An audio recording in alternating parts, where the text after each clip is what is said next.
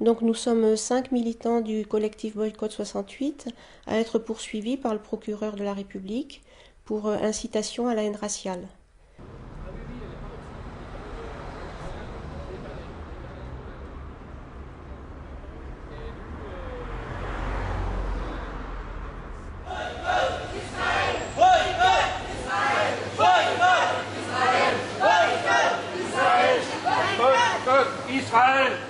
Je suis membre du collectif Boycott 68.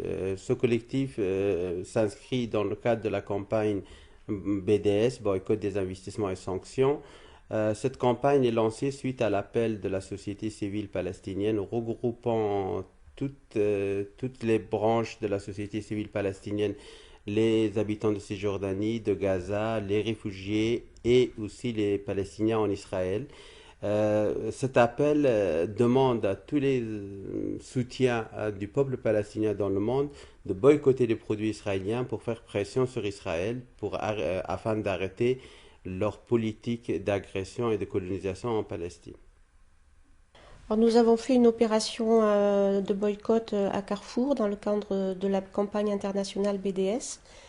Et à cette occasion, nous avons distribué des tracts et rempli les caddies de produits israéliens pour les ramener au stock symboliquement, pour signifier à la direction de Carrefour que certains produits étaient importés illégalement en France, soit parce qu'ils proviennent des colonies, ou soit parce qu'ils sont importés par des sociétés qui participent à la colonisation. Nous, citoyennes et citoyens, attachés aux droits de l'homme et clients de Carrefour, exigeons par cette pétition de ne plus risquer d'être complices de graves violations du droit international. Stop apartheid, boycott, boycott Israël. Boycott Israël, boycott Israël, boycott Israël, boycott Israël. Nous pouvons commercialiser des produits israéliens tout le long sud-africain. Ce qui est déjà une tromperie. Et deuxièmement, nous sommes pour l'information de vos clients.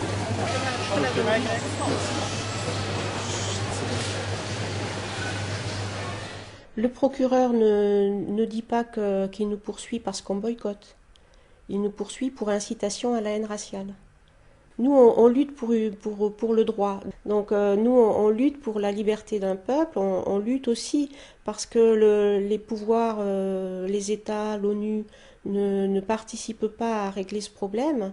Donc on se substitue en quelque sorte à eux. Mais en aucun cas, la lutte pour le droit ne peut être une incitation à la haine raciale.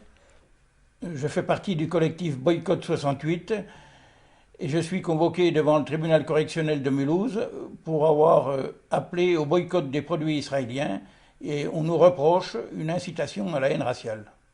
Mais c'est un moyen, c'est un exemple qui a été payant donc en Afrique du Sud, c'est un moyen d'action citoyenne et non violente pour faire pression sur un État qui est un État criminel qui ne respecte pas le droit international et qui exécute des crimes de guerre et des crimes contre l'humanité. Ce n'est pas moi qui le dis, c'est le rapport Goldstone de l'ONU qui l'a dit encore récemment.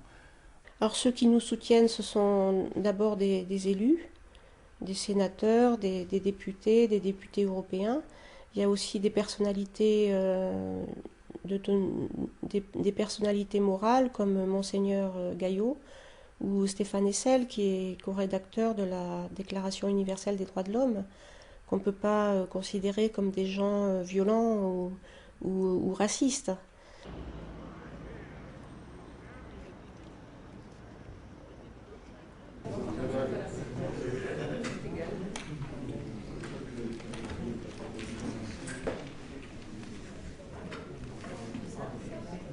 L'UE n'envisage pas d'interdire l'importation de produits des colonies en Europe.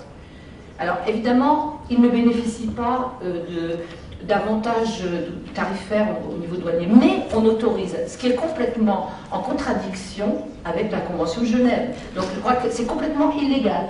Et c'est au gouvernement français de faire son travail, c'est-à-dire d'assurer la légalité des importations.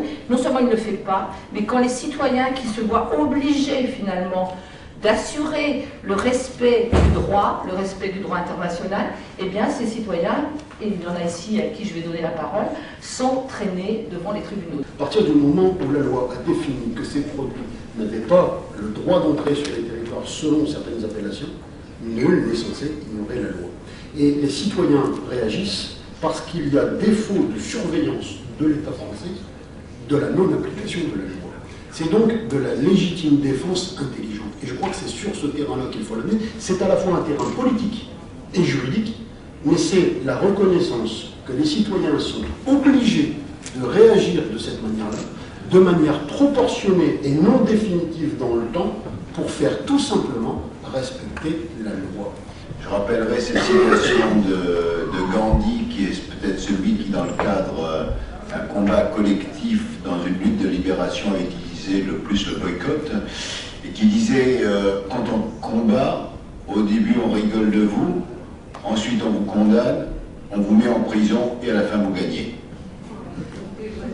Finalement, ce procès est politique.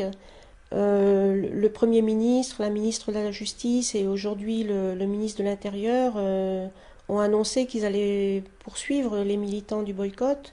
Donc en ce sens, on n'est pas très surpris. Ce qui est surprenant, c'est qu'on considère que c'est un crime, comme l'a dit le ministre de l'Intérieur, alors que les vrais criminels, ce sont ceux qui colonisent, qui ont massacré à Gaza, qui ont tout détruit à Gaza et au sud Liban. Et ceux-là ne sont jamais poursuivis. Donc on a l'impression qu'on renverse les situations et qu'on fait de nous des criminels, qu'on criminalise la politique de boycott, alors que les vrais coupables ne sont jamais poursuivis.